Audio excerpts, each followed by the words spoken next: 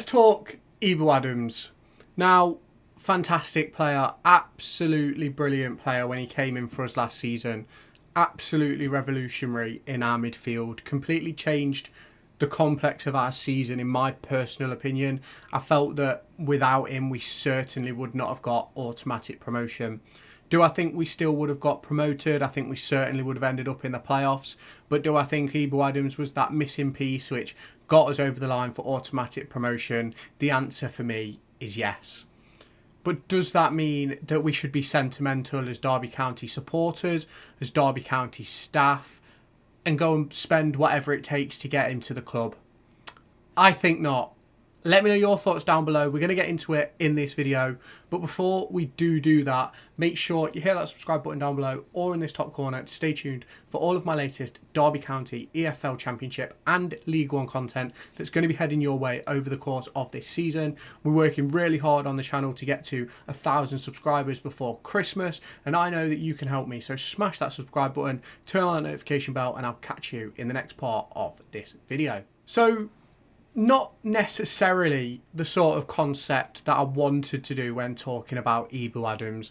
I really thought at this point of the transfer window, heading into our first pre-season game, into our pre-season tour again in Spain, where we're going to face, is it Stockport I think we're facing? I really thought we'd be talking about confirmation of a deal for Ebou Adams. Now, as of recording this video, we still don't have confirmation that Kenzo is signed, but I believe that the medical's done, fee is agreed, 4-year deals on the table, so that can't be far away. But I really thought we'd be talking about Ebou Adams having signed for Derby County by this point, and I think we're just getting to a point where Derby County are being put at a little bit of ransom to go and get Ebou Adams. The latest reports suggest we're expected to pay £1 million for the 28-year-old Cardiff City midfielder. Now, I've put a little thread out on Twitter, but I really just wanted to go into some details about my thoughts around the value of Ebou Adams, the cost of Ebou Adams, and do I think he's worth £1 million? Do I think we should sign him at that? What would I do? Now, obviously, I have a bit of an analysis background, and I know that the club will have been working on targets, option A, B, C, D, blah, blah, blah. Now, obviously, every club will want their option A. We know that. That's just the way the world works. But not every club will get option A. You look at Thordarson, who's gone to Preston. He was supposedly on our radar. Was he an option A? Sort of, but obviously with us needing so many players in that midfield area, we probably had 3 or 4 players that are option A's, if that makes sense. So if you think Osborne can play midfield, Kenzo, who's apparently signing, Ebou Adams, and then Thordarson, that's 4 potential option A's for midfield. So it looks to me that we're obviously moving on to option B with Thordarson, and with Ebou Adams, I do think we're going to be heading down that route too. Now, £1 million for me, for a 28-year-old, isn't great value for money. You look at Ebou Adams and he could come in for £1 million, have an excellent season and move for £5 million next season. That absolutely could happen. That is obviously a possibility. But he could come in for £1 million, sort of be okay, then we have no resale value, and we've spent £1 million on what is then a 29, nearly 30-year-old who's on a 2, maybe 3-year contract, who is just okay. Now, Ebou Adams isn't proven at championship level. I believe he's made 11 appearances and around 300 minutes I think he's played for Cardiff in the championship. So for me, I think if we're going to be spending that money, £1 million outright transfer fee, I think we've got to go younger, and maybe even put it into a different position sort of thing, because I think £1 million for a 28-year-old in our position is quite a lot of money. Obviously, if we was a Leeds or a Burnley or a Sheffield United, I think that conversation's a bit different, because obviously you've got the parachute payments, you've just had a year in the Premier League. It's a completely different conversation then. £1 million, pocket change. But for us, we're not in that situation. And if you want to look at Ebou Adams in a bit of a bigger perspective, 28-year-old midfielder who's played 11 games at championship level, if we pay £1 million and say put it over a 3-4 year contract, 3 years is about £335,000 a year transfer fee alone. Obviously, that isn't how it will be structured, but that's how I'm going to structure it for the purpose of this. So £335,000 for the transfer fee alone. Then if you think is going to be on probably £10,000 at minimum a week to move from Cardiff to Derby, if not maybe a little bit more. So then you're looking at another £520,000 a year. So you're looking at over £850,000 a year for a 28-year-old midfielder who may not even cut the mustard at championship level. And I really do like Ebou Adams. I think he put in some stellar performances last season. I do think he was the key piece in the jigsaw, and I do think that if we had have had him from the start of the season, I think we would have gone up as champions. But we can't be sentimental. We cannot make these decisions based on sentiment of what X did, what Y did. Otherwise, we might as well just go and buy Johnny Russell, Chris Martin, give Jamie Ward another contract, go and get Craig Bryson out of retirement. Like, the thing, if we want to be sentimental, Ebou Adams is not the guy for us to be sentimental about. Yes, he was brilliant. Helped us get our first promotion in, 15, 16 years?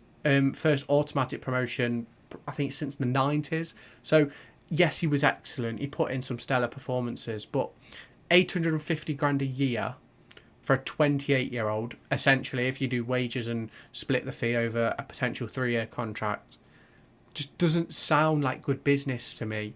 When you look at when you look at Preston and Thordarson, who's just gone there, I think they've signed him on a 4-year contract for around £750,000. Now, I'm not going to say what his wages are because I don't know Preston's structure. I believe they've let go of a midfielder who they offered 30 grand a week to. So they're probably still in a position where they've probably ended up with more money in the pocket with this new player than they did with their previous. So it's one of those with that situation. But signing someone who's 3-4 years younger than Ebou Adams for £250,000 less, also unproven in the Championship, I think it just speaks to the volumes of where we're at with this Ebou Adams deal. Now, obviously, I'm not saying that Cardiff City should let him go for 10 pence or pocket change, whatever, right? I'm not saying that because every player has a value to each club. But they didn't want Ebou Adams 6 months ago. He only played 11 games before that 6 months. So, obviously, yes, there was injury situations which kept him out and stuff like that. But when he was fit, didn't really play. So, for me, it's one of those where Cardiff don't really want him. Derby want him. Derby fans want him. I get the impression that Ebou Adams would like to come back. Based on the things he said post-season with Radio Derby and obviously looking at training videos, it's sometimes a bit difficult to judge, but for a player that was so upbeat, happy and excited, I don't think I've seen him smile in any of the Cardiff videos that I've seen him in. Now, I'm not saying I've been stalking Cardiff. I've watched maybe 1 or 2 of their pre-season videos that he popped up in, and there was no smile involved, and that's not the Ebou Adams that we've seen at Derby County. So it looks as if Ebou Adams would like to come back. Now, it's one of those for me where if we go and overspend and he doesn't cut the mustard, that's a massive waste of money with no sell-on value on 10 grand a week for 3 years minimum. In my opinion, I can't see him being on any less than that if we signed him. Whereas we could go out and obviously you look at the deal that we're rumoured to sign with Kenzo, £600,000 on a 4-year contract, £200,000 on the contract. I imagine he's probably on £8,000 to £10,000 a year, maybe a little bit less. I'm not quite sure what AZ Alkmaar's wage structure is. And that deal just automatically looks so much better because he's 22 years old, and in 2-3 years he only needs 1 season and we can get that money back. 1 good season and we could get the money back. So for me, it's difficult with Ebou Adams because I really do like him. I really do think he could help us for next season, but I don't necessarily think we should break the bank. Yes, we've had, I think it's rumoured to be about £2.5 million from the Amari Kellyman deal. Obviously, that'll be structured the same way as the Villa to Chelsea deal, although we can take a loan out on it, so long as we obviously give the money to the loan company. But that's a common thing that happens in football. You can pull money in off clauses and stuff like that.